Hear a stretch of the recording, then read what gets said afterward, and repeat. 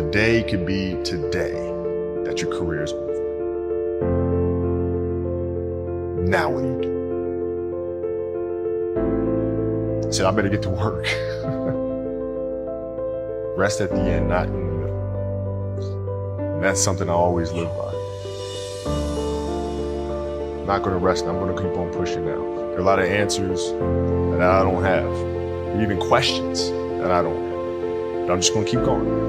I'm just gonna keep going, and I'll figure these things out as you go, right? And you just continue to build that way. So I try to live by that all the time.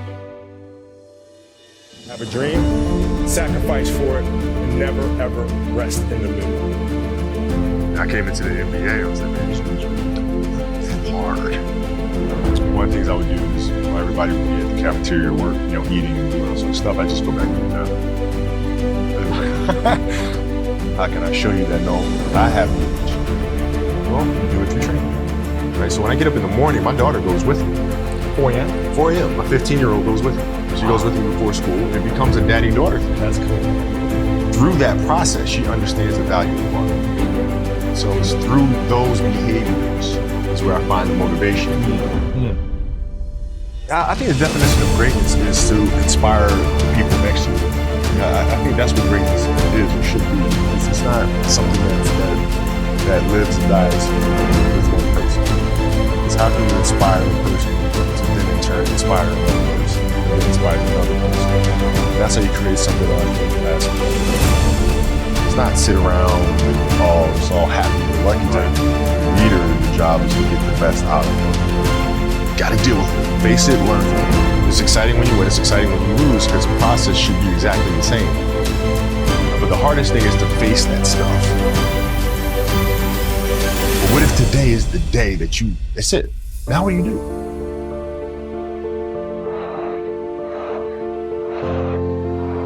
What can I say? Mamba out.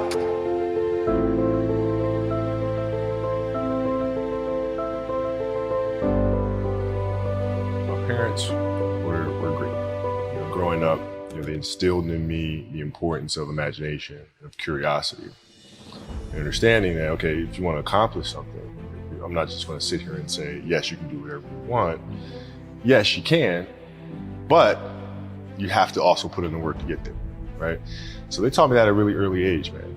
And when you grow up as a kid thinking that the world is your oyster, all things are possible if you put in the work to do it, you grew up having that fundamental belief. Who was more influential for you, your father or mother? Both were influential at different points. Yeah. Right. My mom was there on a daily basis. My father was really influential at a really critical time where I had a summer where I played basketball when I was like 10 or 11 years old. And here I come playing and I don't score 1 point the entire summer, not one. You didn't score once? Not one. Were you in the game? I was in the game. How'd you not score? Because I was terrible. Not a free throw, nothing. Not a lucky shot, not a breakaway layup, 0 points. And I remember crying about it, being upset about it. And my father just gave me a hug and said, listen, whether you score 0 or score 60, we're gonna love you no matter what. Wow. Now that is the most important thing that you can say to a child. Because from there, I was like, okay, that gives me all the confidence in the world to fail. I have the security. But the hell with that, I'm scoring 60. Let's go. Right. And from there, I just went to work. I stayed with it. I kept practicing.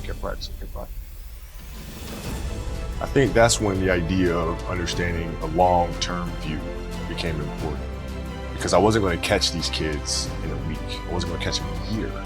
Right? So that's when I sat down and said, okay, this is going to take some thought. All right, what do I want to work on first? All right, shooting. All right, let's knock this out. Let's focus on this. Half a year, 6 months, nothing but shoot.